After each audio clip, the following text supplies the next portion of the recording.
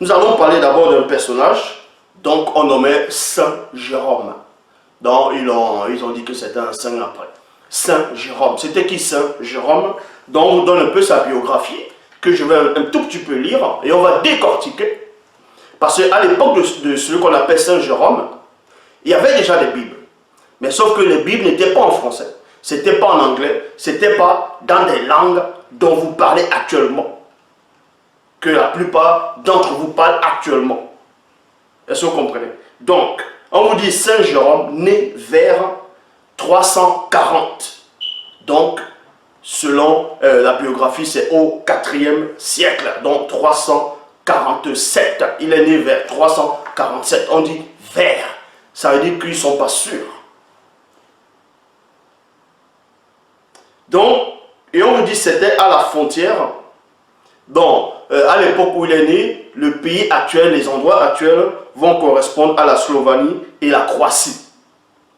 Et on vous dit qu'il est mort le 30 septembre à 420 à Bethléem. 420 à Bethléem est un moine, traducteur de la Bible. Il y a virgule, on s'arrête d'abord là. Donc on vous parle d'un personnage connu sous le nom de Saint Jérôme, qui est né à une époque reculée par rapport à vos dates actuelles. Et on vous dit que c'était un moine. Il était traducteur de la Bible. Donc, selon les Bibles actuelles classiques, on va essayer de dire peut-être c'est un copiste ou un scribe. Mais néanmoins, c'était un moine. Et on sait que les moines, bon, pas les moines des monastères en Inde, ainsi de suite, ou bien au Tibet, non. C'était par rapport au catholicisme, toujours au christianisme. Donc, ici, ce moine, c'est un traducteur de la Bible. Et on vous dit ici, Jérôme suit ses études à Rome, et à virgule, se convertit vers l'âge de 18 ans. Donc, c'est quand il a l'âge de 18 ans, bien vers 18 ans, qu'il va se convertir. Donc, depuis sa naissance, jusqu'à atteindre l'âge de 18 ans, il n'était pas converti. Il ne croyait pas. Donc, c'est vers 18 ans, selon sa biographie, qu'il va se mettre à croire. Et comment il va croire? Il va croire en qui? On vous dit à la suite d'un rêve mystérieux, virgule. Donc, il a cru par rapport, suite à un rêve mystérieux, comme certains personnages qui se lèvent un peu partout dans le monde, qui se disent bishop, maréchal, apôtre, diable, prophétesse, inspiré, archibishop, loin de l'éternel, général des généraux. Ils vont se lever un peu partout, se pavaner, en disant que non, quand ils dormaient, ils ont entendu une voix, que Dieu les a parlé, l'ange les a parlé, l'archange Michel les a parlé. Vous voyez, ils vont toujours citer des noms, que eux-mêmes, les noms qu'ils ne connaissent même pas.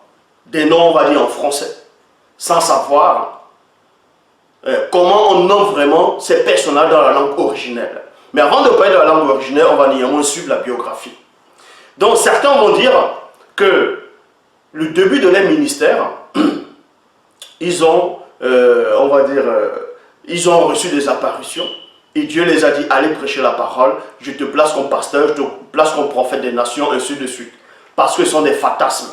Vous devez savoir que dans le catholicisme, c'est-à-dire chez les catholiques, là-bas au Vatican, peu importe, pour être un prêtre, là-bas il faut au moins 7 ans d'initiation. Au moins, je dis bien au moins 7 ans d'initiation pour être formé d'études de la théologie. Or, ceux qui se disent pasteurs, eux, ce n'est même pas les études qui vont faire 7 ans, 2 ans, 3, 4, 5 ans. C'est au bout d'une nuit, ou bien d'une minute, ils vont réfléchir, ils vont dire, tiens, ils vont inventer une histoire. Dieu, un ange les a apparus. L'ange a dit, toi, on t'a choisi, depuis ta naissance, va apporter l'évangile. Voilà comment ça se passe. Donc, c'est ce qui a saisi ce Jérôme-là, dont on dit Saint Jérôme. À l'âge de 18 ans, ou bien vers 18 ans, il a reçu un rêve, il a eu un rêve mystérieux. Mais pourquoi on n'explique pas ce rêve? Il a vu quoi dans ce rêve?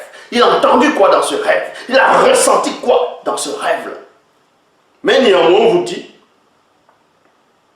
après un séjour en Gaule, part pour la Terre Sainte en 373.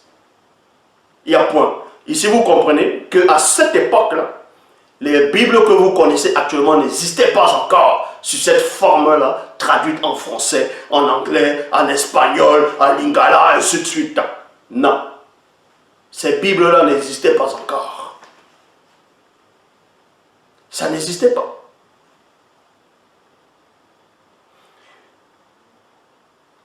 Les Bibles que vous connaissez actuellement n'existaient pas encore sur cette forme-là. Mais néanmoins, on vous dit, il vit en ermite dans le désert. Vous voyez, c'est toujours, il y a toujours quelque chose de bizarre. Il vit en ermite dans le désert de Chaxi, de Syrie, à une 50aine de kilomètres de l'est d'Antioche. Point. Il est ensuite ordonné prêtre à Antioche. Vous voyez, on l'a ensuite ordonné prêtre. Il passe de moine, il devient un prêtre. Nulle part dans sa biographie, il a été dit qu'un ange est venu faire en sorte qu'on le nomme prêtre. Ou bien Dieu lui a dit. Et ensuite, en 383, le pape Damas Ier, écoutez attentivement, le pape Damas Ier le choisit comme secrétaire et lui demande de traduire la Bible en latin. Il y a un point ici. On s'arrête d'abord dans le point. On lui demande de traduire la Bible en latin. En latin. En latin. C'est quoi le latin? C'est quoi le latin? Le latin, c'est l'ancêtre du français, de plusieurs langues, que ce soit même un peu partout en Europe. C'est l'ancêtre du latin, bon, l'ancêtre du français. Donc cet homme devait traduire des Bibles écrites en grec, que ce soit en hébreu, mais en latin. Pour que tous ceux qui ne comprennent pas le grec, qui ne comprennent pas selon ce qu'ils vont dire la langue hébraïque, puissent au moins lire les futures Bibles traduites en latin. Et c'est à partir de cette Bible, de la Bible traduite en latin, qui va donner naissance à toutes les Bibles que vous connaissez actuellement. À toutes les Bibles traduites là maintenant en français, voilà, que vous connaissez actuellement, que beaucoup vont dire, ils vont faire des débats, ils vont lire, ils vont dire non, tu as mal compris ce verset, tu as mal compris ce passage, alors qu'ils ne comprennent même pas que de traduire de l'hébraïque, de traduire du grec, jusqu'à traduire en latin, et du latin, il y a plusieurs versions qui sont émanées. Donc il y a eu beaucoup de modifications au fur et à mesure en fonction de la personne qui disposait les manuscrits, qui disposait les documents, afin de les traduire. Ils les ont traduits dans quel but? Ils ont mis quoi pendant qu'ils étaient en train de traduire cela? On va vous expliquer, on va vous donner plus de précision. Donc ici, je répète, il est dit ici, en 383, le pape Damas Ier, mais cet homme-là, quand on dit le pape, qui veut dire souverain pontife, dont le maître spirituel, qui l'a nommé pape? Est-ce Dieu qui l'a nommé pape? Est-ce le Christ qui l'a nommé pape? Qui l'a nommé pape? On sait comment ils font. On sait comment on devient pape. Ce sont des votes entre eux. Ça n'a rien à voir avec le spirituel.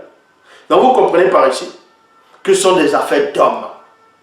En 383, le pape Damas Ier le choisit comme secrétaire en lui demandant de traduire la Bible en latin. Donc pendant qu'il va traduire la Bible en latin, il va mettre ses compris, il va mettre ses propres idées.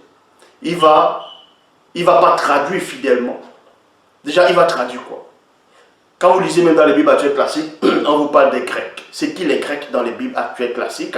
Les Grecs, ce sont des païens. Et on vous apprend que les textes originaux sont en hébreu et en grec, en une langue païenne. Et quand on dit une langue païenne, c'est une langue où il y a beaucoup d'antiphrases, d'antivérités. Donc une langue barbare, une langue qui n'est pas complète. Et on va vous dire que les Écritures ont été écrites par cette langue, la langue des païens.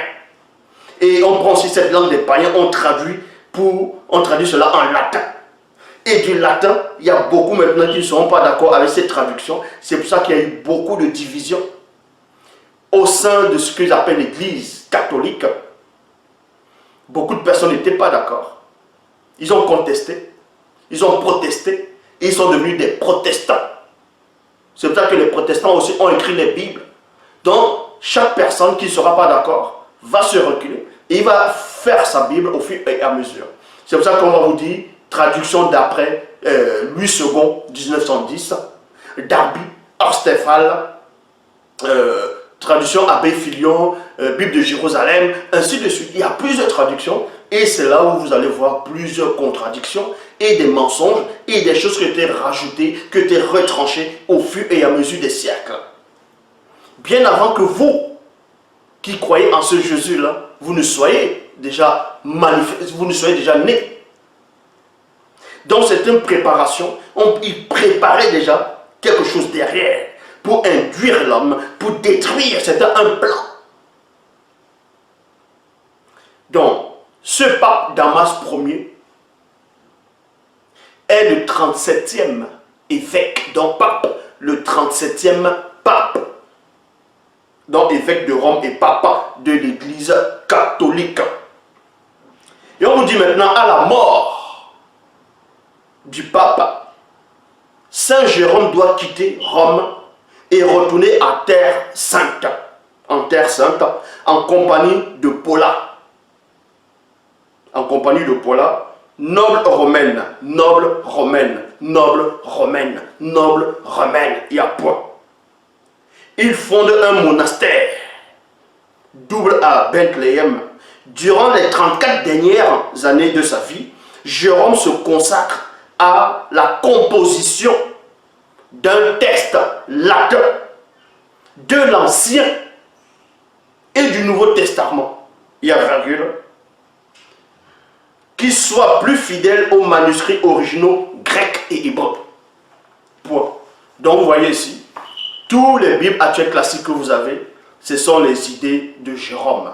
Celui qu'on appelle Saint Jérôme, ce moine-là qui est devenu prêtre, qui s'est converti vers l'âge de 18 ans en fonction du rêve mystérieux. Donc on ne veut pas dire, mais on connaît ces gens de rêves mystérieux.